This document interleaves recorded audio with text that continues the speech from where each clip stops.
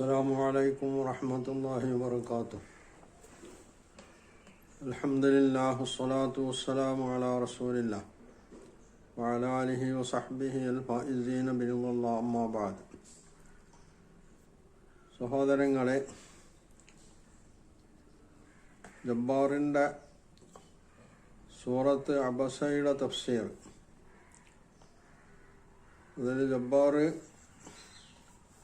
പറയുന്ന സംഗതി അബസ വതവല്ല, അദ്ദേഹം മുഖം ചുളിക്കുകയും തിരിഞ്ഞു കളയുകയും ചെയ്തു. ഇവിടെ അബസ വതവല്ല, അദ്ദേഹം അല്ലെങ്കിൽ അവൻ എന്ന് പറഞ്ഞതിന് ശേഷം ഉമായുദിരീക ലഅല്ലഹു യസ്സക്ക, ആ അന്ധൻ നിന്റെ അടുത്ത് വന്ന അഞ്ചാഹുൽ അമ്മ, നിന്റെ അടുത്ത് വന്ന അന്ധൻ, അദ്ദേഹം ചിലപ്പോൾ പരിശുദ്ധി കൈവരിച്ചേക്കാം എന്നാണ് തുടർന്ന് പറയുന്നത്. ഇവിടെ ആദ്യം അത് അവൻ അല്ലെങ്കിൽ അദ്ദേഹം എന്ന് പറഞ്ഞിട്ട് പിന്നീട് നീ എന്ന് നേർക്കുനേരെ സംബോധന ചെയ്യുന്നു. അപ്പം ഇത് ഭാഷാപരമായി ഗ്രാമറ്റിക്കൽ മിസ്റ്റേക്കാണ്. ഇത് സംബന്ധിച്ച് കഴിഞ്ഞ എപ്പിസോഡിൽ പറഞ്ഞിരുന്നു. യഥാർത്ഥത്തിൽ അറബി ഭാഷ, അതുപോലെ വിശേഷിച്ചും ഖുർആനിൻ്റെ ശൈലി എന്താണ് എന്ന് മനസ്സിലാക്കുന്ന ഒരാൾ ഇത്തരത്തിലുള്ള ജബ്ബാർ പറഞ്ഞതുപോലുള്ള വിഡ്ഢിത്തം പറയാം. ഒന്നാമത്, അറബി ഭാഷയുടെ ഭാഷാ നിയമങ്ങൾ ആവിഷ്കരിച്ചിട്ടുള്ളത് അതിൻ്റെ അടിസ്ഥാനം എന്താണ് എന്ന് ജബ്ബാറിന് അറിയില്ല എന്നാണ് ഇന്ന് മനസ്സിലാക്കേണ്ടത്. ഖുർആനാണ് അറബി ഭാഷയുടെ നിയമാവിഷ്കാരത്തിൻ്റെ അടിസ്ഥാനം, ഒന്നാമത്തെ അടിസ്ഥാനം എന്ന് പറഞ്ഞത്. അറബി ഭാഷാകാരന്മാർ ഖുർആനിൻ്റെ അടിസ്ഥാനത്തിൽ ആവിഷ്കരിച്ചിട്ടുള്ള നിയമത്തിന്, അതായത് ഖുർആൻ തന്നെ അടിസ്ഥാനമാക്കി അംഗീകരിച്ച് ആവിഷ്കരിച്ച നിയമത്തിന് ഖുർആനെതിരാണ് എന്നാണ് ജബ്ബാർ പറഞ്ഞതിൻ്റെ താല്പര്യം. ഇവിടെ യഥാർത്ഥത്തിൽ ഗ്രാമർ മിസ്റ്റേക്ക് എന്ന് പറഞ്ഞ സംഗതി ഇവിടെ അല്ല.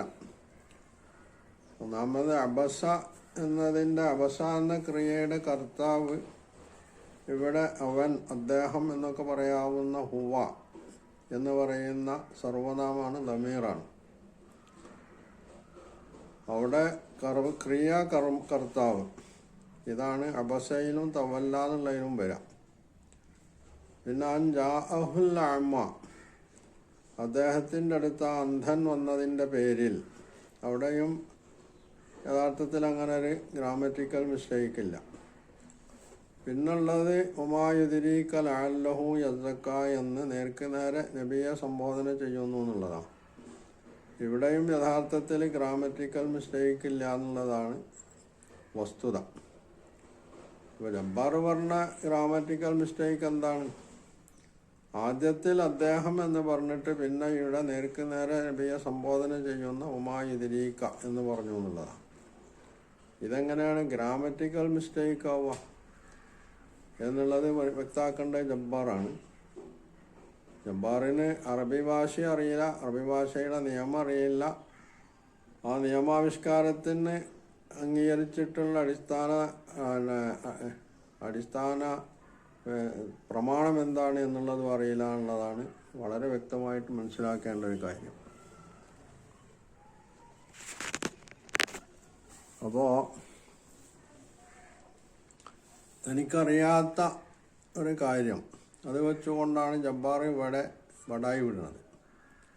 എന്നിട്ട് പിന്നെ ജബ്ബാർ പറയുന്നത്, നബി സല്ലല്ലാഹു അലൈഹി വസല്ലം ഇവിടെ അന്ധനായിട്ടുള്ള അബ്ദുല്ലാഹിബ്നു മക്തൂമിനെ കബളിപ്പിക്കുകയായിരുന്നു.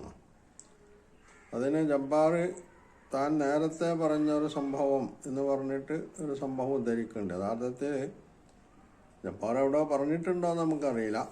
അദ്ദേഹത്തിൻ്റെ ഖുർആൻ ക്ലാസ് എന്ന് പറയുന്ന ഈ സൂറത്ത് അലക്ക് മുതൽക്ക് ഇതുവരെയുള്ള ഈ ഖുർആൻ ക്ലാസ്സിൽ എവിടെയും അദ്ദേഹം ആ ഒരു സംഗതി പറഞ്ഞിട്ടില്ല. സംഗതി എന്താണെന്ന് പറഞ്ഞാൽ, സൂറത്ത് നിസാ, അതായത് ഖുർആനിലെ 4-ാമത്തെ അധ്യായമായിട്ടുള്ള സൂറത്ത് നിസായിലെ അർരിജാലു ഖവ്വാമൂൻ എന്ന് പറയുന്ന ആയത്തിൽ ഫൈൻ ഖിഫ്തും ശിഖാഖ ബൈനിഹിമാ ഫബഅസു വഹദം, സ്ത്രീകൾ നിങ്ങൾ അനുസരിക്കുന്നില്ലെങ്കിൽ ഫഇദൂഹുന്ന വഹ്ജുറൂഹുന്ന,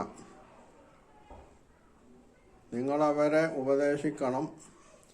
എന്നിട്ട് അവർ വഴിപ്പെടുന്നില്ലെങ്കിൽ നിങ്ങൾ അവരെ കിടപ്പറയിൽ വർജിക്കണം. എന്നിട്ടും അവരനുസരിക്കുന്നില്ലെങ്കിൽ ഒതിരിബൂഹുന്ന, നിങ്ങളവരെ അടിക്കണം എന്നൊരു പ്രയോഗമുണ്ട്. ഇത് ജബ്ബാർ പറഞ്ഞത് ഖുർആനിലെ ഏറ്റവും കുപ്രസിദ്ധമായ നിയമമെന്നാണ്. ഒരു നിയമത്തെ സംബന്ധിച്ച്, നിയമാവിഷ്കാരത്തെ സംബന്ധിച്ച് അതിൻ്റെ അടിസ്ഥാന സംഗതികൾ എന്താണെന്ന് അറിയാത്ത ജബ്ബാർ അങ്ങനെ പറഞ്ഞില്ലെങ്കിലേ അത്ഭുതമുള്ളൂ. ഒന്നാമത് ജബ്ബാർ ഒരു നിയമജ്ഞനല്ല. അതിനു പുറമെ ജബ്ബാർ ആഗ്രഹിക്കുന്നത് കുടുംബ ബന്ധങ്ങൾ നിലനിൽക്കരുത്, കുടുംബം ശിഥിലമാകണം എന്നാണ്. അത് പൊതുവിൽ യുക്തിവാദികൾ, അതുപോലെ നാസ്തികന്മാർ, ലിബറലിസ്റ്റുകളൊക്കെ ആഗ്രഹിക്കുന്ന ഒരു സംഗതിയാണ്. അതുകൊണ്ട് കുടുംബബന്ധം സുദൃഢമായി നിലനിൽക്കുക എന്നുള്ളത് അവർ ആഗ്രഹിക്കുന്ന ശൈഥില്യത്തിന് നിരക്കാത്തൊരു സംഗതിയാണ്. അപ്പോൾ അത് അവിടെ ഇരിക്കട്ടെ. ഇവിടെ ജബ്ബാർ പറയുന്ന വെച്ച് കാച്ചണ സംഗതി എന്താ പറഞ്ഞാൽ, താൻ പണ്ട് ഒരു കഥ പറഞ്ഞിട്ടുണ്ട് എന്നാണ്. അദ്ദേഹം അങ്ങനെ കഥ നേരത്തെ ഖുർആൻ ക്ലാസ്സിലെവിടെയും പറഞ്ഞിട്ടില്ല, മറ്റെന്തോ വിഷയത്തിൽ പറഞ്ഞിട്ടുണ്ടാവാം. ആ സംഭവം എന്താണെന്ന് പറഞ്ഞാൽ, ഒരു സഹാബി അദ്ദേഹത്തിൻ്റെ മകളെയുമായി നബി സല്ലല്ലാഹു അലൈഹി വസല്ലമയുടെ അടുത്ത് വന്നു. എന്നിട്ട് തൻ്റെ മകളുടെ ഭർത്താവ് അവളുടെ മുഖത്ത് അടിച്ചു എന്ന പരാതിയായിട്ടാണ് വന്നത്. അപ്പോൾ നബി സല്ലല്ലാഹു അലൈഹി വസല്ലം പറഞ്ഞുവെങ്കിൽ അയാളിൽ നിന്ന് അവൾക്ക് ഖിസാസ്, പ്രതികാരം ചെയ്യാം. അപ്പോൾ പ്രതികാരം ചെയ്യാമെന്ന് പറഞ്ഞ് ഇവർ നബിയുടെ അടുത്ത് നിന്ന് തിരിച്ചു പോവാണ്. അപ്പോഴാണ് ഈ ആയത്ത് ഇറങ്ങുന്നത് എന്നാണ് ഇതിൻ്റെ അവതരണ പശ്ചാത്തലവുമായി ബന്ധപ്പെട്ട് പറയുന്നത്. അപ്പോൾ നബി സല്ലല്ലാഹു അലൈഹി വസല്ലം അവരെ തിരിച്ചു വിളിച്ചിട്ട് പറഞ്ഞു, ഇങ്ങനെ ഖുർആൻ അവതരിച്ചിട്ടുണ്ട്, അതിലെ നിയമം എന്നതാണ്, ഭാര്യയും ഭർത്താവും തമ്മിൽ സ്വരച്ചേർച്ചയില്ലാതെ വരുമ്പം ഭർത്താവ് ഭാര്യയെ ഉപദേശിക്കുകയും എന്നിട്ട് വഴങ്ങില്ലെങ്കിൽ കിടപ്പറയിൽ ഒഴിവാക്കുകയും കൂടെ കിടക്കാതിരിക്കുകയും ചെയ്യാം. അത് എന്നിട്ടും അനുസരിക്കുന്നില്ലെങ്കിൽ അടിക്കാം എന്നതാണ് ഖുർആനിൻ്റെ, അള്ളാഹുവിൻ്റെ തീരുമാനം, അള്ളാഹു പ്രഖ്യാപിച്ച വിധി, നിയമം എന്ന് നബി സല്ലല്ലാഹു അലൈഹി വസല്ലം പറയുന്നുണ്ട്. ഇത് നബി സല്ലല്ലാഹു അലൈഹി വസല്ലം ഇവരെ കബളിപ്പിക്കുമായിരുന്നു. എന്നിട്ട് നബി സല്ലല്ലാഹു അലൈഹി വസല്ലം പറഞ്ഞു, അറത്തു ഷൈഅൻ വഅറാദല്ലാഹു ഗൈറഹു, ഞാനൊരു കാര്യം ഉദ്ദേശിച്ചു, അള്ളാഹു വേറൊന്നും ഉദ്ദേശിച്ചു എന്ന് പറഞ്ഞാൽ തനിക്ക് ഇതിലൊന്നും ഒരു പങ്കുമില്ല, അതൊക്കെ അള്ളാഹിൻ്റെ നിയമമാണെന്ന് ഇവരെ ബോധ്യപ്പെടുത്താൻ വേണ്ടി പറഞ്ഞാണെന്നാണ്. ഇവിടെ രണ്ട് സംഗതിയുണ്ട്. ഒന്ന്, ഈ വന്നിട്ടുള്ള മകൾക്കും ബാപ്പക്കും മനസ്സിലായില്ല ഇത് തങ്ങളെ കബളിപ്പിക്കുകയാണെന്നുള്ളത്. എന്ന് പറഞ്ഞാൽ അവർ ജബ്ബാർ അവരെക്കാളൊക്കെ ബുദ്ധിമാനും നബി സല്ലല്ലാഹു അലൈഹി വസല്ലമയെ സംബന്ധിച്ചൊക്കെ കൂടുതൽ അറിയുന്ന ആളുമാണ്. സാധാരണ നമ്മൾ നാടൻ പ്രയോഗമുണ്ട്, കണ്ട അങ്ങോട്ടേക്ക് കേട്ട ഞാൻ പറയട്ടെ എന്ന്. ഇവിടെ കാണുകയോ കേൾക്കുകയോ ചെയ്യാത്ത ജബ്ബാർ പറയുന്നത്, കാണുകയും കേൾക്കുകയും ചെയ്ത നിങ്ങളങ്ങ് മാറിക്ക്, അതൊന്നുമില്ലാത്ത ഞാൻ പറയാമെന്ന. ഇത് യഥാർത്ഥത്തിൽ ജബ്ബാറിൻ്റെ ധാർഷ്ട്യമാണ് ഇതിന് കാരണം.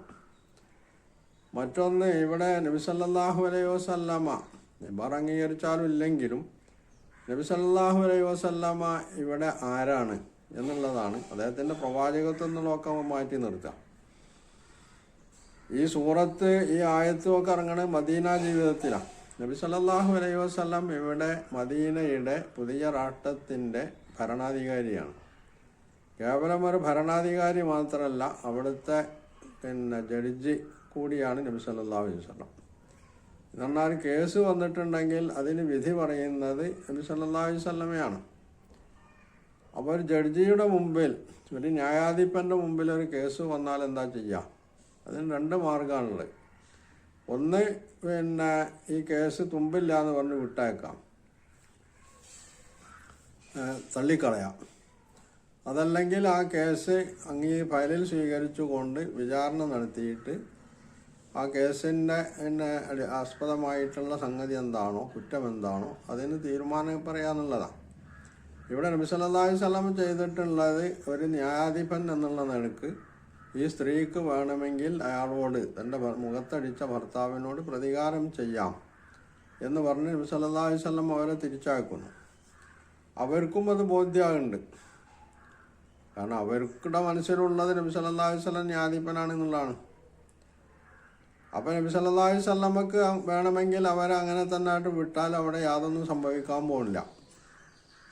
മാത്രമല്ല ഭർത്താവിനോട് ഇങ്ങനെയാണ് നബി സല്ലല്ലാഹു അലൈഹി വസല്ലം നിർദ്ദേശിച്ചിട്ടുള്ളത് എന്ന് പറഞ്ഞിട്ട് ഈ ഭർത്താവിൻ്റെ മുഖത്തടിച്ചാലും ഭർത്താവിനൊന്നും അവിടെ ചെയ്യൂല. കാരണം ഈ ഭർത്താവും ഒരു മുസ്ലിമാണ്, നബി സല്ലല്ലാഹു അലൈഹി വസല്ലമയെ അംഗീകരിക്കുന്ന ആളാണ്. അപ്പോൾ അതിന് പ്രത്യേകിച്ചൊന്നും സംഭവിക്കാനില്ല. പക്ഷേ നബി സല്ലല്ലാഹു അലൈഹി വസല്ലം ഇവർ അങ്ങ് നബിയുടെ അടുത്ത് നിന്ന് ഇറങ്ങിയപ്പോൾ ജിബ്രീൽ വന്ന് ആയത്ത് ഓതി കേൾപ്പിച്ചപ്പോൾ അവർ തിരിച്ചു വിളിച്ചിട്ട് അവരോട് പറയുന്നത് ഇങ്ങനെയാണ് അള്ളാഹുവിൻ്റെ തീരുമാനം എന്നാണ്. ഇവിടെ വഹി ഇറങ്ങണതിൻ്റെ മുമ്പ് നബി സല്ലല്ലാഹു അലൈഹി വസല്ലം ഒരു ന്യായാധിപൻ എന്നുള്ളവർക്ക് അദ്ദേഹത്തിൻ്റെ മുമ്പിൽ വന്ന ഒരു കേസുമായി ബന്ധപ്പെട്ട് അദ്ദേഹത്തിൻ്റെ ഇജ്തിഹാദിൻ്റെ അടിസ്ഥാനത്തിൽ വിധി പ്രസ്താവിക്കുന്നു. പക്ഷേ അള്ളാഹുവിൻ്റെ നിയമം മറ്റൊന്നാണ് എന്ന് അള്ളാഹു തന്നെ അറിയിക്കുമ്പോൾ അദ്ദേഹം ആ വിധി താൻ നേരത്തെ നൽകിയ വിധി ദുർബലപ്പെടുത്തിയിട്ട് അള്ളാഹു അവതരിപ്പിച്ച വിധി അവരെ കേൾപ്പിക്കുന്നു. ഇതെങ്ങനെയാണ് കബളിപ്പിക്കലാവുക? എന്ന് മാത്രമല്ല ഇവിടെ താൻ നേരത്തെ പറഞ്ഞിട്ടുള്ള വിധി അതങ്ങനെ തന്നെ നടക്കട്ടെ എന്ന് വെക്കുകയാണല്ലോ. നബി സല്ലല്ലാഹു അലൈഹി വസല്ലം സ്വന്തം പറയുന്നതാണെങ്കിൽ ഏറ്റവും നബിയുടെ വ്യക്തിത്വം ഇവരുടെ മുമ്പിൽ ഉയർന്നു നിൽക്കാനൊക്കെ നല്ലത്. കാരണം ഒരു ജഡ്ജി, ഒരു ന്യായാധിപൻ, അദ്ദേഹം വിധിച്ച വിധി പ്രസ്താവം അത് ശരിയായിരുന്നു, അത് അംഗീകരിക്കേണ്ടതാണ്, സമൂഹത്തിൽ നിലനിൽക്കേണ്ടതാണെന്ന് ഒരപ്പളാണ്. പക്ഷേ താൻ പറഞ്ഞിട്ടുള്ള നിയമമല്ല ശരിയെന്ന് അദ്ദേഹം ഈ ആളുകളെ വിളിച്ചു വരുത്തിയിട്ട് അവരോട് പറയുകയും എനിക്ക് അബദ്ധം പിണഞ്ഞതാണ്, അള്ളാഹുവിൻ്റെ വിധി ഇങ്ങനെയാണെന്ന് പ്രസ്താവിക്കുകയും ചെയ്യുമ്പോൾ യഥാർത്ഥത്തിൽ അവിടെ തനിക്ക് കുറച്ചിൽ അനുഭവപ്പെടുകയാണ് ചെയ്യുക. അപ്പോൾ ഈ ഒരു സംഗതി പോലും മനസ്സിലാക്കാനുള്ള ബുദ്ധിയില്ലാത്ത ഒരുത്തനാണ് ജബ്ബാർ. അതുകൊണ്ടാണ് അദ്ദേഹം നബി സല്ലല്ലാഹു അലൈഹി വസല്ലമയെ കബളിപ്പിച്ചു എന്നൊക്കെ പറയുന്നത്. അവിടെ കബളിപ്പിച്ചു എന്നത് ജബ്ബാറിനെ ഈ സംഗതി മനസ്സിലായിട്ടില്ല എന്നതുകൊണ്ടും പിന്നെ താൻ മുമ്പ് പല ഒരു സന്ദർഭത്തിൽ പറഞ്ഞതുപോലെ എന്ന് പറഞ്ഞായിട്ട് ഖുർആനിൻ്റെ ഈ താൻ പറയുന്ന ക്ലാസ്സുമായി ബന്ധപ്പെട്ട് ഇങ്ങനെ പറഞ്ഞിട്ടുണ്ട് എന്ന് കളവ് പറയുകയും ചെയ്തു. പിന്നെ യുക്തിവാദികളെ സംബന്ധിച്ച് കളവ് പറയാന്നുള്ളത് അവർക്ക് പ്രശ്നമില്ലാത്തത് കൊണ്ട് അതും നമുക്ക് വിടാം.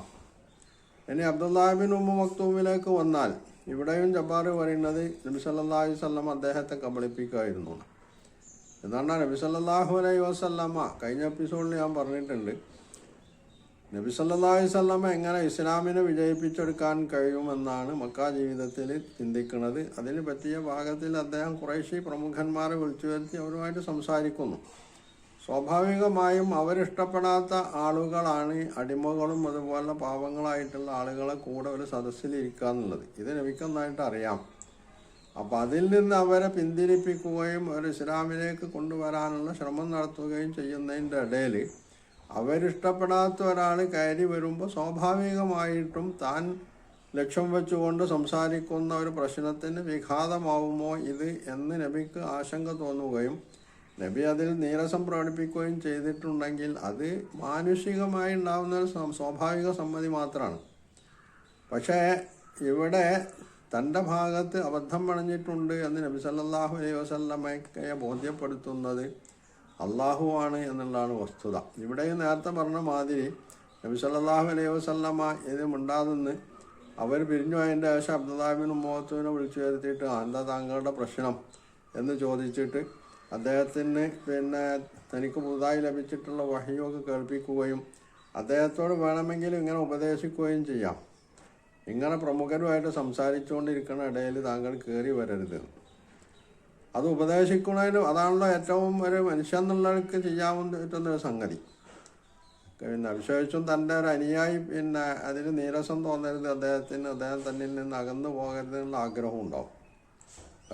വലയിൽ കുടുങ്ങിയ ഒരാളെ മീനിനെ കളയാന്നുള്ളത് അത്ര ബുദ്ധിപൂർവ്വമല്ലല്ലോ. പക്ഷെ അതിന് പകരം നബി സല്ലല്ലാഹു അലൈഹി വസല്ലം ഇവിടെ ഇവർ ഓതി കേൾപ്പിക്കണം എന്താണ്? അത് രണ്ട് നിലക്ക് നബി സല്ലല്ലാഹു അലൈഹി വസല്ലമക്ക് കുറച്ചിലുണ്ടാക്കുന്നതാണ് സാധാരണഗതിയിൽ ഒരു ബുദ്ധിയുള്ള മനുഷ്യന് മനസ്സിലാക്കാൻ കഴിയും. ഒന്ന്, ഖുറൈശി പ്രമുഖന്മാരുടെ മുമ്പിൽ ഇത് നബി ഓതി കേൾപ്പിക്കേണ്ടതുണ്ട്. അവരുടെ മുമ്പിൽ കണ്ടോ മുഹമ്മദ് അവൻ്റെ അവൻ തന്നെ അവൻ ആക്ഷേപിക്കുന്നു എന്നാണ് പറയണമെങ്കിൽ അത് നബി സല്ലല്ലാഹു അലൈഹി വസല്ലമക്ക് കുറച്ചിലാണ്. അബ്ദുല്ലാഹിബ്നു മക്തൂം എന്ന് പറയുന്ന ഈ അവൻ കണ്ണുകൂടാത്ത ആളുടെയിലും അത് കുറച്ചിൽ തന്നെയാണ് ഉണ്ടാവുക.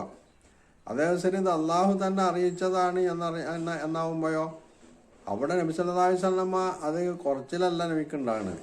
തന്നെ ആക്ഷേപിച്ചിട്ട് ആ കാര്യം പോലും നബി സല്ലല്ലാഹു അലൈഹി വസല്ലമ പൊതുജനത്തെ സമൂഹത്തെ അറിയിക്കുന്നു.